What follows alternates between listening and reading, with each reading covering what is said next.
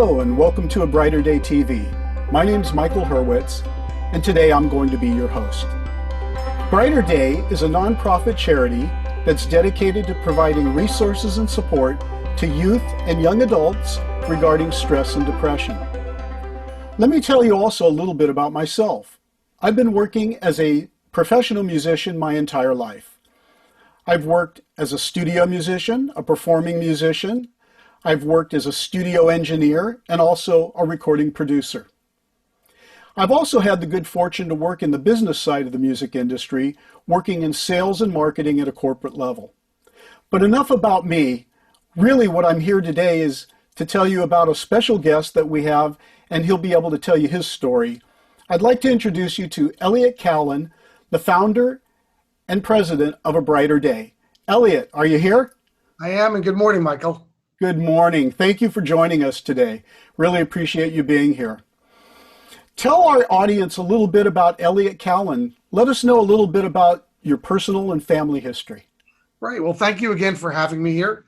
I am obviously the president of the charity, and I have a wonderful family. I'm very blessed with that family. I have 26-year-old twins, daughter in advertising, son getting dual concurrent PhDs in Madison, Wisconsin.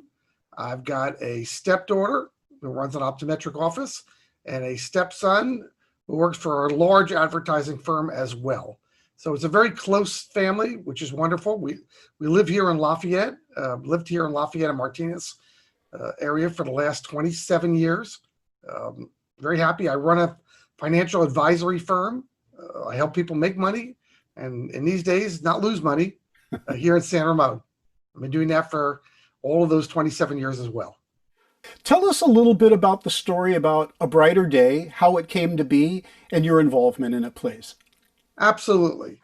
Well, 5 years ago, my 19-year-old son, Jake, who was a sophomore at the University of Montana, sent us a suicide note. And the suicide note said, "Mom and Dad, I've been feeling about this for a long time. I never would have told you how I felt. I never would have asked for your help, and I never would have taken your help." And we went, obviously, as parents would do, we went a little bit crazy, suddenly trying to find him. His phone was turned off. This was 6:30 at night on a Friday night. We'd been trying to reach him all day, and his phone was off. And we were getting a little bit frantic. And we called the hospital, and the hospital said, "Hang up the phone. The sheriff's going to call you back." And the sheriff did and told us, "I'm sorry, your son either walked or ran up to the highway and jumped in front of an ongoing truck in the middle of the night. No drugs, no alcohol involved. Blood toxins were completely clean. It was a suicide." Very hard to take, very hard to understand. We were the last people to know. We didn't know he'd been suffering from depression. We knew he had a little bit of sleep situation going on when he came home for Christmas break, but that was it. And so we flew up to Montana to bring his body back to Lafayette for burial. And on the way there, I kept reading that you can imagine as a parent how distraught you are. You're just devastated.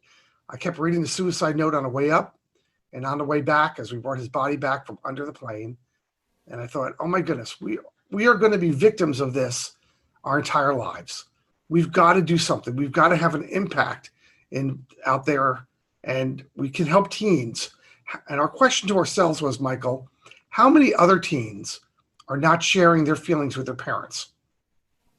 And that was the origination for the charity.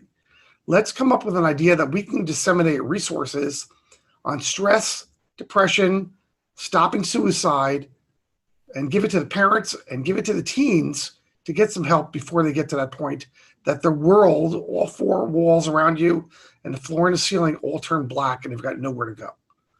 And that was how we created A Brighter Day. Our first thought was, let's just do something with sports. He was a bit of a jock, so we'll do sports. But we quickly realized that what everybody has in common, music. Their music, not my music, not your music, but their music. And so we created a music-based charity, and now it's even morphing into a talent-based charity. So music has expanded, where teenagers can perform for other teenagers, have judges, professional judges, people that are like you, that are experts and successful in their field. They get judged, they can win recording time. They can win college scholarships. They can win wonderful things that every student wants to win. And then at these events, we disseminate resources filled with stress and depression. And these resources are for them, for their friends, and for their parents, whoever wants to read this. But here we are 4.5 years into this charity, and we have now handed out backpacks filled with these resources to more than 1,500 students and 500 adults. So we feel like in our own way, we're having an impact, albeit brand new and small. We are having a positive impact in changing the lives of teenagers that really need some help. That's fantastic. Yeah. Thank you for sharing that story. I'm sure it's a hard story to tell over and over again, but it's powerful, it's impactful, and I appreciate you telling that to our audience today. Thank you. You're welcome. I think it's also a good time to also tell the audience that all of the resources that we make available are shown on our website at www.abrighterday.info, I-N-F-O, abrighterday.info. All right. Was there anything else you'd like to share while we're on this show today?